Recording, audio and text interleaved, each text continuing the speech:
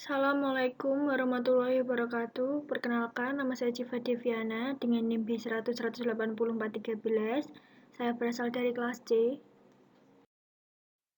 Dan di sini saya akan menerangkan tentang jurnal yang saya pilih yang berjudul Training and Development Its Effect on Job Performance in the Selected Components of UAA oleh Syed Najaf Ali Saha, Nafed Asai, dan Imtiaz Pirzada.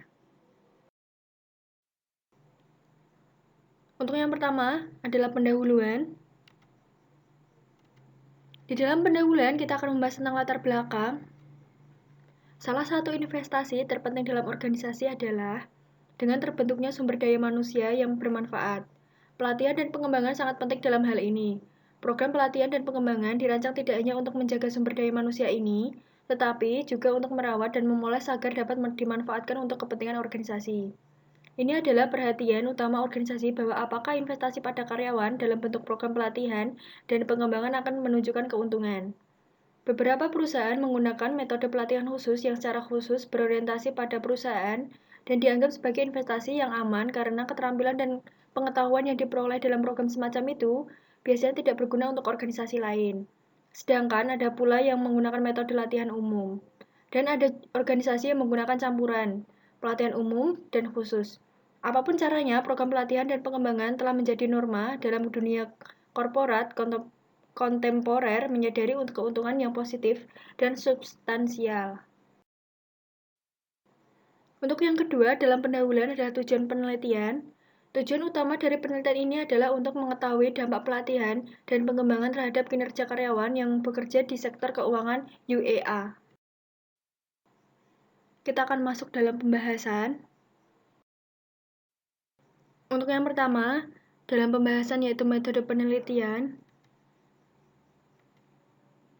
Penelitian ini bersifat cross-seksional karena keterbatasan waktu dan sumber daya. Karena alasan yang sama, hanya satu sektor yaitu sektor keuangan yang dipilih sebagai titik fokus utama.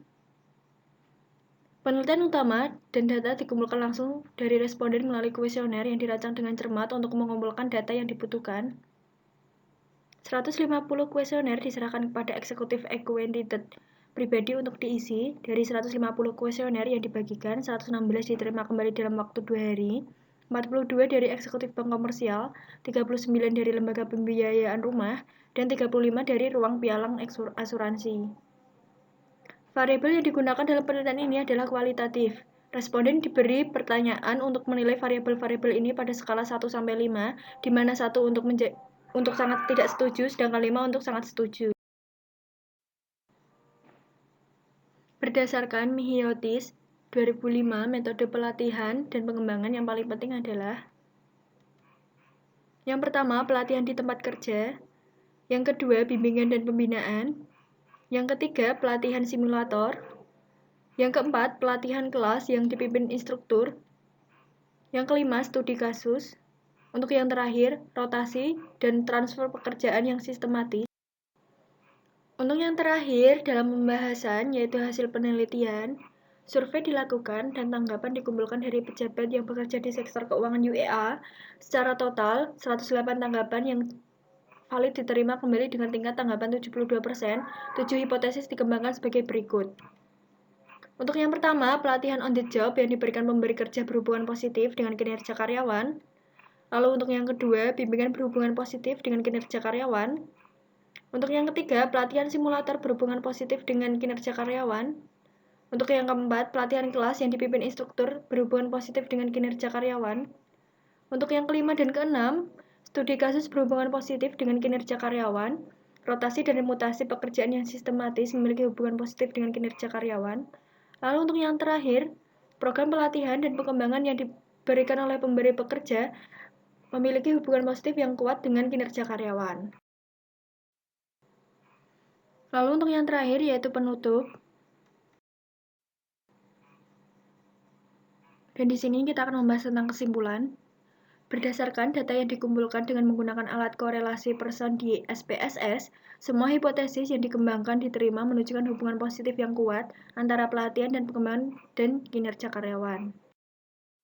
Ini menunjukkan bahwa lebih banyak upaya dan lebih banyak investasi pada program pelatihan formal yang disediakan oleh pemberi kerja dapat menghasilkan peningkatan kinerja yang pada gilirannya meningkatkan kinerja organisasi secara keseluruhan. Manajer sumber daya manusia dan pembuat kebijakan harus merumuskan strategi mereka dengan mementingkan berbagai jenis program pelatihan dan pengembangan. Studi ini menunjukkan informasi yang berguna untuk memahami pelatihan formal dan metode pengembangan serta berbagai aspek kinerja karyawan. Mungkin berguna bagi perusahaan untuk memahami nilai program pelatihan dan pengembangan serta dampaknya. Ini dapat digunakan sebagai pedoman bagi perusahaan untuk mendapatkan keunggulan kompetitif dengan lebih memfokuskan pada program pelatihan dan pengembangan dan meningkatkan kinerja karyawan yang pada gilirannya menghasilkan kinerja perusahaan yang meningkat. Sekian dari saya, bila ada salah kata, mohon dimaafkan. Wassalamualaikum warahmatullahi wabarakatuh.